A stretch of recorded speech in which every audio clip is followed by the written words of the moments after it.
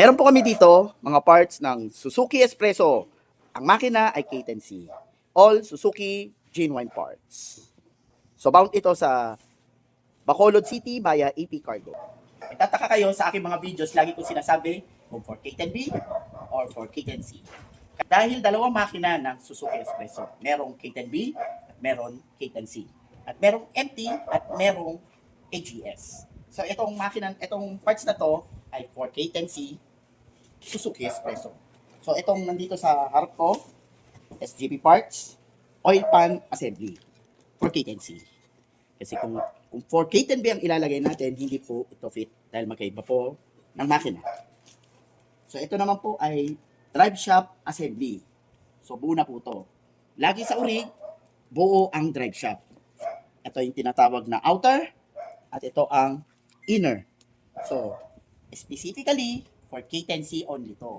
Iba rin ang para sa K10B. Ito ay right side. So ito naman ay front strap. Ang side for right side or passenger. So same po ito lahat sa all variant. Mapa K10B or K10C. Same lang po yan. Almost yung under chassis parts ng Espresso ay same. Ito naman ay tie rod end. Ito naman ay rack end. At ito ay suspension arm assembly.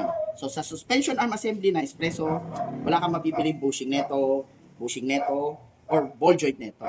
Lagi po ito assembly for safety. Ito ay para sa right side dito. Lahat po ito ay Suzuki genuine parts. Bound ito sa Bacolod City via AP Cargo. Kung meron po kayong order ng parts, message lang po kayo sa aming page at sasagot ang aming mga admins. Ito po sila. Yan, ayan o. Mga busy o. Yan.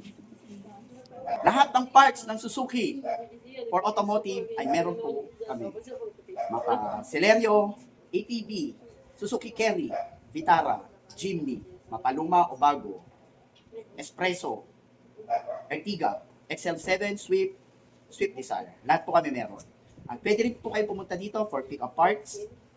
Wish nyo lang po ang aming store or Google Maps, Mr. Robert Auto Parts dito sa Valenzuela for pick-up or Lalamove, Metro Manila, Laguna, Rizal, Cavite, Bataan, Batangas, Pampanga.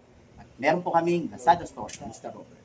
So nagsaservice din po kami for preventive maintenance service at under chassis. So, maraming salamat.